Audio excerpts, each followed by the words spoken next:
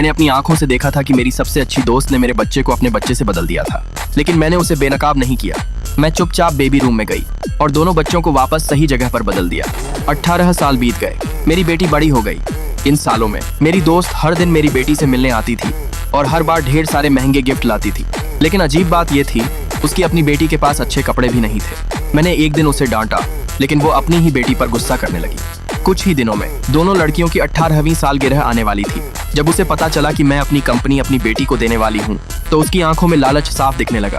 तभी मेरी बेटी उसकी असली बेटी को अंदर लेकर आई और उसे एक खूबसूरत ड्रेस गिफ्ट की। लेकिन जैसे ही मेरी दोस्त ने ये देखा, वो गुस्से से पागल हो गई।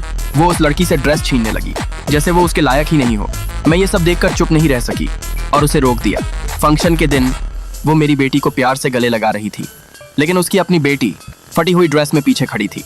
मेरी बेटी के हाथ पर हल्की सी चोट देखकर वो मुझ पर चिल्लाने लगी, लेकिन अपनी बेटी की बड़ी चोट को उसने नजरअंदाज कर दिया। उसे बस कंपनी चाहिए थी। तभी अस्पताल से कॉल आया। डीएनए रिपोर्ट तैयार थी। वो तुरंत अपने भाई को रिपोर्ट लेने भेज देती है। फंक्शन शुरू होता है। मैं सबके सामने ऐलान करती हूँ कि कंपनी मेरी बेटी को मिलेगी। मैं कॉन्ट्रैक्ट अपनी बेटी को दे देती हूँ। मेरी दोस्त खुशी से पागल हो जाती है, स्टेज पर भागकर आती है और अपनी बेटी को साइड कर देती है।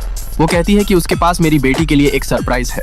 मैं बस मुस्कुरा रही थी, क्योंकि असली खेल अब शुरू होने वाला था। अगले पार्ट के लिए चैनल को सब्सक्राइब करें।